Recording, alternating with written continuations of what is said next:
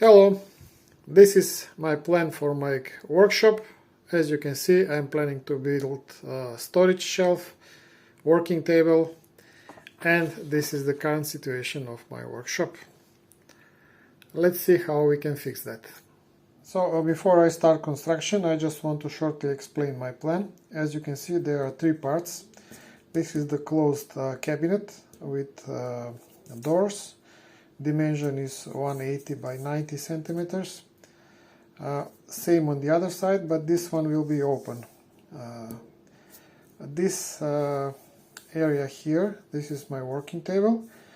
Original plan was to build a tool cart on this place, but I changed my mind, so I put here a storage space for my planner, and I will put him on the wheels.